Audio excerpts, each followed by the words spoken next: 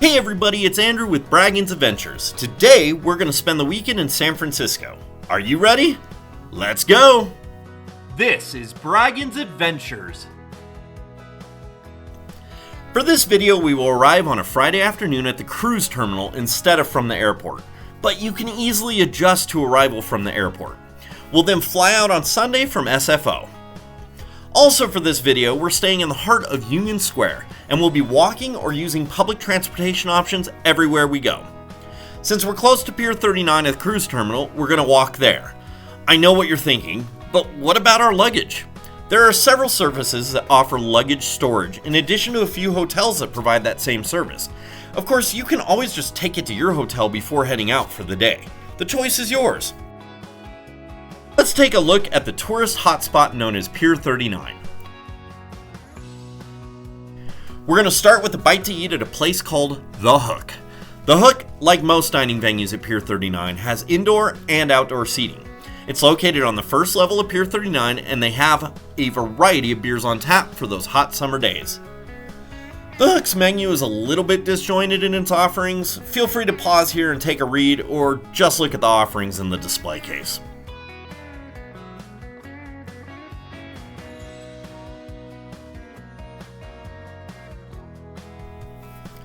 We opted to go with the $7 garlic fries and the $13 creamy clam chowder in a sourdough bread bowl because, well, San Francisco. The garlic fries are worth every penny and you get a pretty substantial serving for the price. Being a fry snob, I approve of these.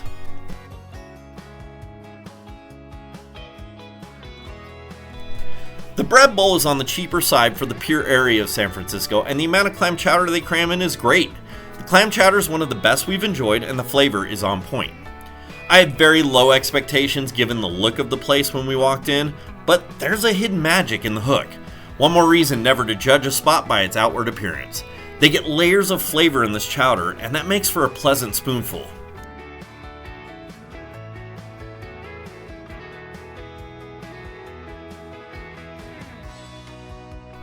Of course, you can always try it my way and make it a beardful instead. Let's talk about bread. We've done quite a few sourdough bread bowls in our days, and while we love them, they tend to hurt our jaws after a while. This one did not. Perfectly crunchy on the outside and deliciously soft on the inside. Overall, I think I can safely say you'll enjoy The Hook, and given their diverse menu, everyone in your group is sure to find something they'll enjoy. There are many activities to enjoy at Pier 39. One such activity is the Mirror Maze, located on level 2. It's only $10 to get in, and you can do it as many times as you'd like. Now, the lighting inside means this might not be for everybody, but if you don't have any sensitivities, I highly recommend this as a way to kill 30 to 60 minutes. There are a variety of entertainment and amusement options at Pier 39.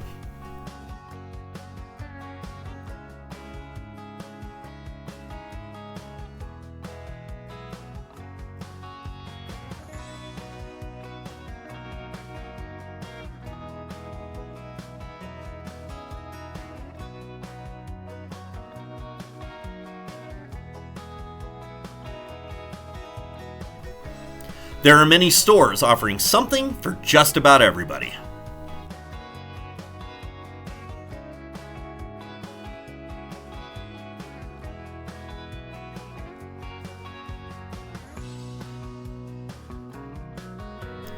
Time for a quick snack at Trish's San Francisco Mini Donuts. The line here can get insane, so if you walk up and you don't see one, grab them while you can. These little things are delicious.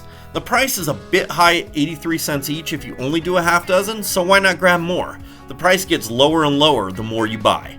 I don't know what their secret is, but the fry on the donuts is perfect and they're not overly sweet.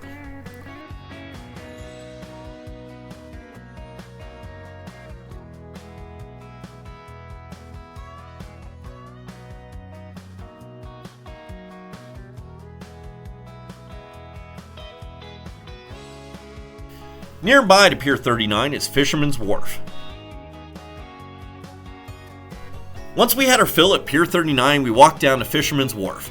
How else does one burn off those donut calories? Fisherman's Wharf is a catch-all name given to a massive shopping and dining district near the water. It's actually a lot bigger than most people realize.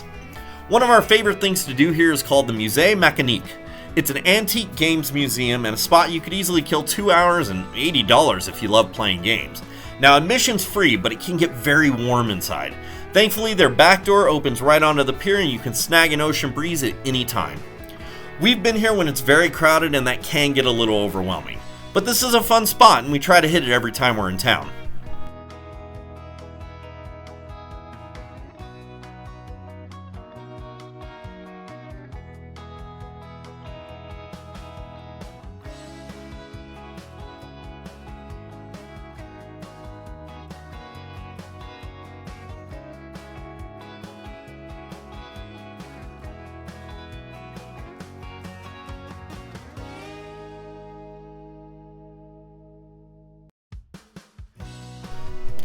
Time for another bite to eat at Nick's Lighthouse.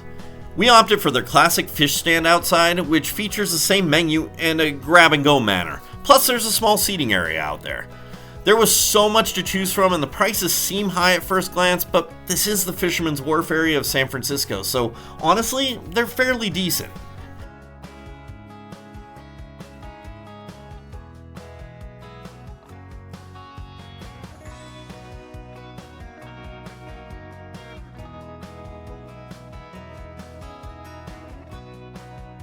We started with the $15 michelada, which is gigantic for that price. It was fairly tasty, if not simple.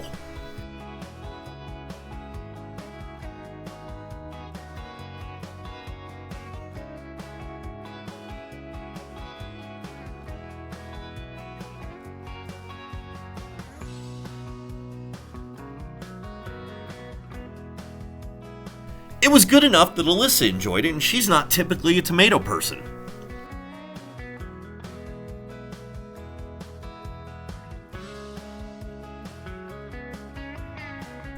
We snagged the garlic butter shrimp, which came with a pretty yummy side salad at $24. The flavor on the shrimp's fantastic, and this plate made for a light dinner that we could share.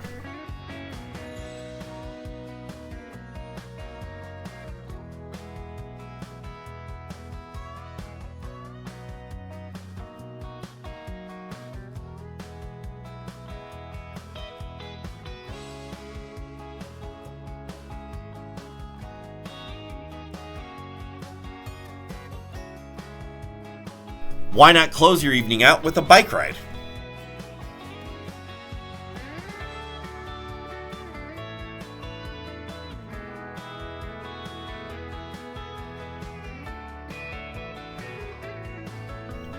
After a good night's sleep at Hotel G, we head across the street to the Pinecrest Diner, a local's favorite. By the way, if you haven't watched yet, we have a couple of Hotel G reviews linked in the description below. Pinecrest Diner is one of our favorite breakfast spots in all of San Francisco. Be aware that this place gets more and more crowded the later you decide to go. They are open 24 hours most days, so I advise getting up early for a quick meal. Be sure to check their website for the current schedule. We enjoy the 2 eggs, hash browns, and the absolutely best sourdough bread that we've ever had. It's made locally at a South San Francisco bakery. Now this plate runs about $15 and plus tax, and they're going to get you with those $5 coffees and teas, but those are bottomless drinks. Just plan on about $25 per person here if you don't get any alcohol. The service here is friendly and efficient, even though the dining room can feel very crowded at times. That open kitchen also means it can feel warm. While you'll find mostly tourists during breakfast time in the summer, it's mostly locals at lunch and dinner, and then during the fall and winter, locals all the time. Of course, I had to try the Bloody Mary here on the recommendation of our server. It was decent, but not the best I've ever had. And at $11, it was a bit expensive for what it was. All in all, I highly recommend you make Pinecrest Diner a stop on your next trip.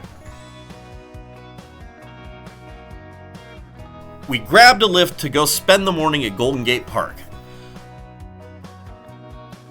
Starting just outside Golden Gate Park, we grabbed some snacks from Pineapple King Bakery to help fuel us for some adventures. This was our second visit here, but we were so sick the first time we wanted to give it another go. The line can get very long, but it does give you time to decide what to order. Do remember this is a cash-only location, walk-up window, and they open at 8 a.m. 7 days a week. You can, however, order ahead of time online and bypass that cash-only rule. A variety of traditional pastries and baked goods with some unique Asian flavors. We love grabbing a variety pack. Keep a lot of napkins nearby because those filled pastries will get everywhere.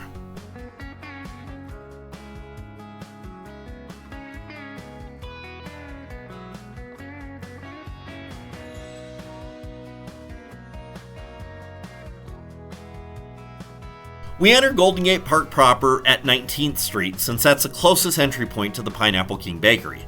Golden Gate Park is not to be confused with the Golden Gate Bridge or the Golden Gate National Recreation Area, both of which we reviewed in our last San Francisco video, linked down in the description below. Golden Gate Park is over 1,000 acres of nature and activities located just 3 miles south of the Golden Gate Bridge. Admission is free, although some activities have an additional cost.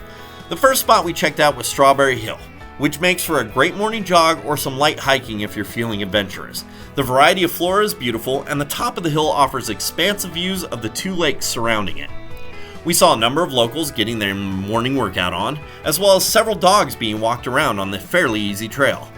Shade on the southern side is minimal in the morning, so grab that sunscreen, and you'll want to remember a camera for the numerous spots ideal for that Instagram pic.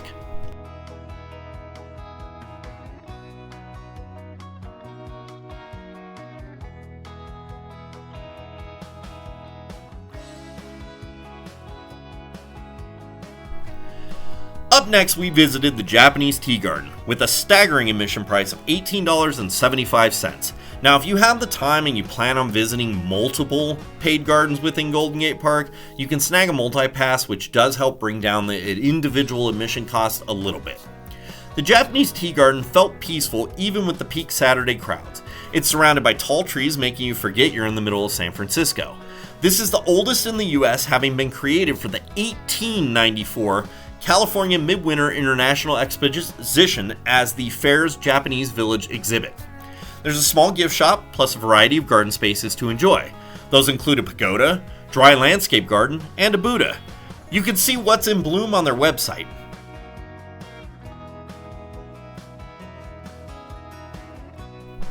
We were able to grab a snack at the tea house. I recommend taking it to the upper level seating as it's a bit quieter, although it's not shaded. We snagged the $7.50 Tea House Cookies plate and a hot tea. This was a tasty snack, refueling us for more exploring.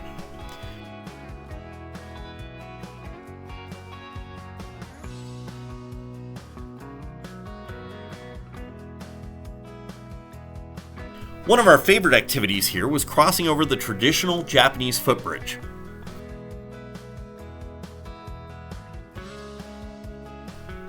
After a couple hours at the Japanese Tea Garden, we needed a loaded hot dog from Annie's, which has several locations throughout Golden Gate Park and San Francisco in general. There's a variety of toppings available to the side of the cart. We went with onion, relish, and jalapenos. This hot dog is fire. I highly recommend finding one of their many locations in the park and enjoying one.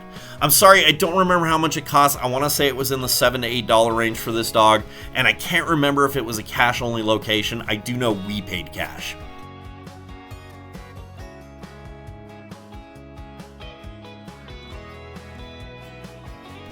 We enjoyed some live music and walking around the expansive music concourse for a bit, but there is no shade here.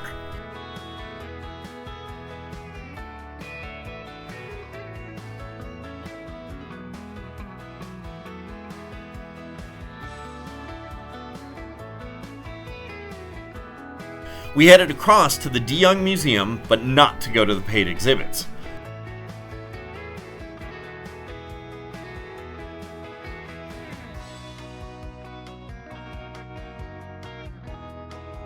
The Hammond Observation Tower is absolutely free to go into and features 360-degree views of San Francisco. There's an educational center and a gift shop at the top.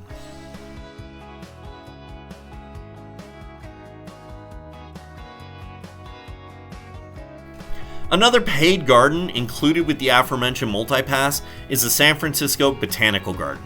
If paying individually, it's $17 each. They do offer a family package for 2 adults and 2 children for only $31 total, but they absolutely will not allow you to book it if you're just 2 adults. You have to have those 2 kids present. I have to say the staff at the ticket booth here was some of the worst I've dealt with anywhere. Just a general rudeness and a desire not to be there was very obvious. The gardens themselves are gorgeous with a large footprint. You could easily spend 3 hours here wandering around. That's our morning at Golden Gate Park, and we barely scratched the surface. You could probably spend a solid 2 days of your trip exploring the park without getting bored. We had other things to do and see, so we ordered a lift. We got dropped off in Chinatown. We've been walking around a lot today, so we needed some more food. We found a spot on the side road called Fusion Dumpling. We opted for the long bar side seating that comes before the dining room. This enabled us to interact with the staff and enjoy the breeze from the front door. We started by sharing an ice-cold Tsingtao lager, which hit the spot. Plus, this large shareable beer, it's only $6.50.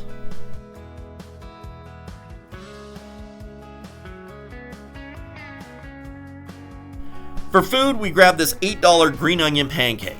The large plate was like eating a fried tortilla with the perfect amount of onion flavor.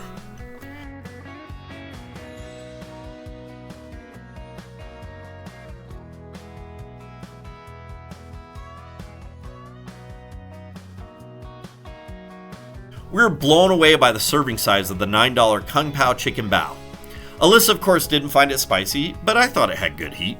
This was also my first time ever trying bao, and now I can't get enough. This made for a perfect stop for a mid-afternoon snack. At only $31 including tip, we left satisfied and with money still in the wallet. Service here is fantastic.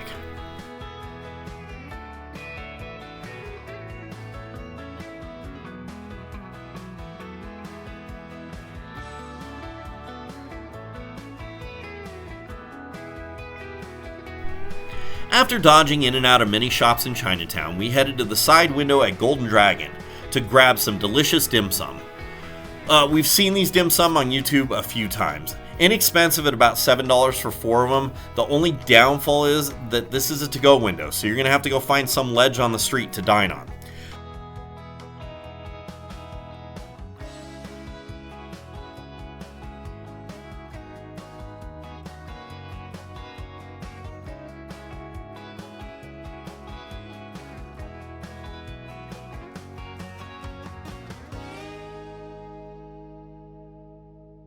We hit additional shops as we made our way south back towards our hotel. We spent the rest of our day exploring different areas of Union Square and the financial district. Thirsty after walking, we located Johnny Folly's Irish House, a local's watering hole. The interior is classically inspired by an Irish pub. The bar is packed with people watching whatever game was on at the time. They do offer food here, but we came for some whiskeys and we were not disappointed. On the weekends, they feature live music and this place can have a line to get in. Please note, they're closed Monday and Tuesday.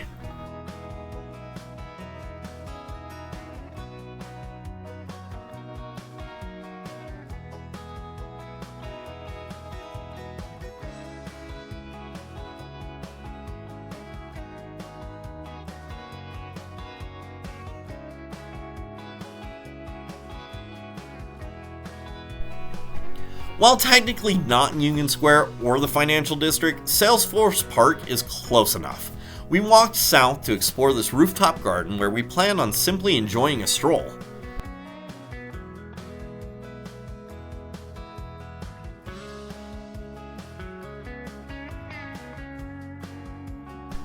We were stunned to find a pop-up event with live music and a great crowd. And there's a brewery and a kitchen up here? We really enjoyed the variety of tasty beers in this idyllic setting.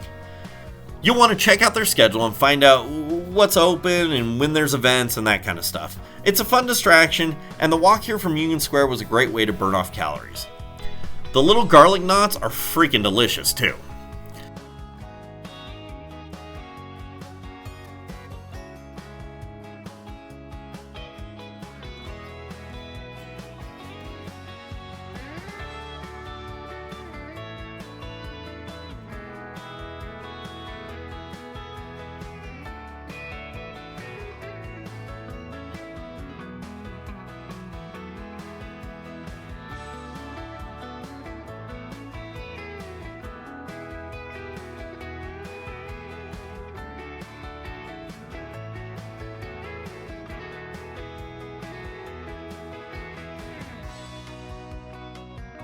On our way back through Union Square, we stumbled upon the Lark Bar and the attached Cask Whiskey store. We spent quite a bit of time in Cask talking about various Irish whiskeys with the shop workers before heading next door to sample some.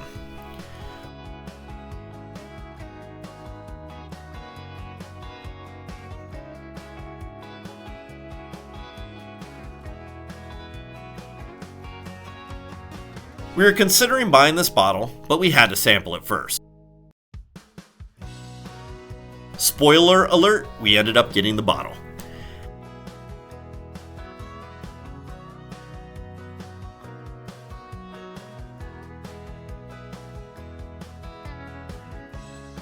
After a day of heavy snacking and, if we're being honest, heavy drinking, we were looking for something lighter for dinner and found what might be my new favorite restaurant.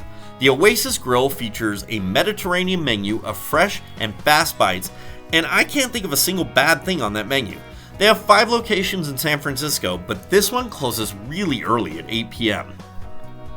The $25 combo grill plate was plenty to share, though we did add some extra pita bread for $1.75. The dining experience, while a little pricey, left us satisfied and ready to check out more nightlife.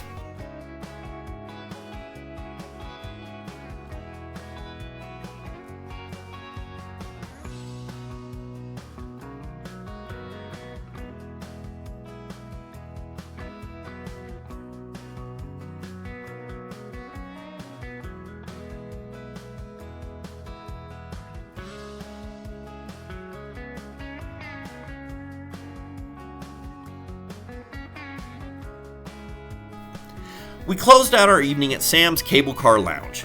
As the name would imply, it's located right on the Powell cable car line. The drinks here are a bit more than other bars in the area, but the free nuts and popcorn make up for it. Service is also friendly and the environment is pretty cool. This spot's been suffering since the pandemic, but I think it's a worthwhile spot to grab a drink or 3 and feel a little more like a local. I especially enjoy the old school vibe here.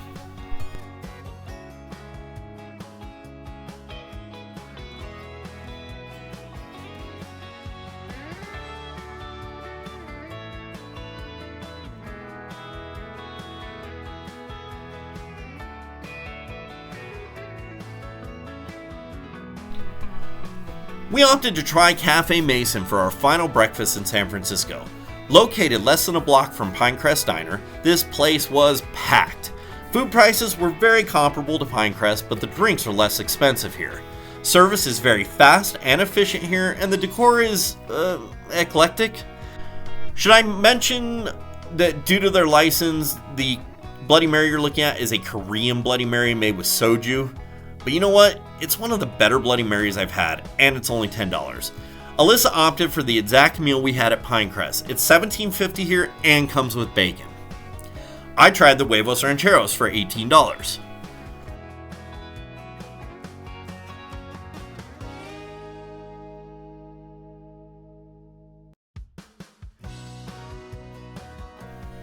It's a tasty breakfast with really good sourdough.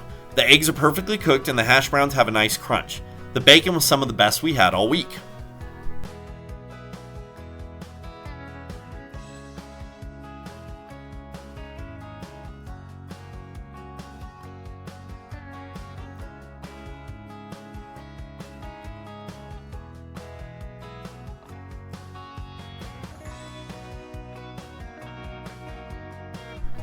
My Huevos Rancheros were absolutely delicious and full of flavor.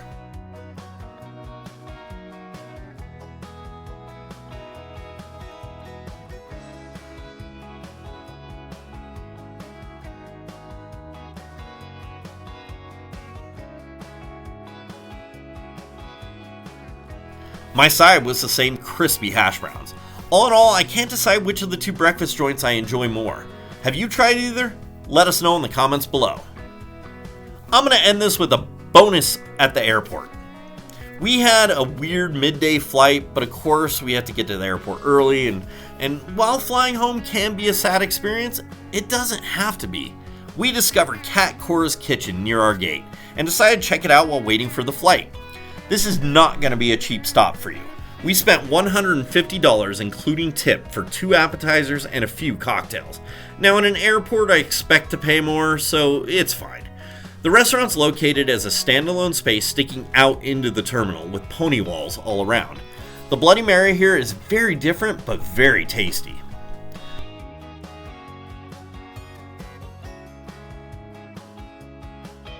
Alyssa enjoyed this green cocktail she had as well, but neither one of us can remember what it was called. The roasted cauliflower really satisfied, but the dipping sauce is where it's at.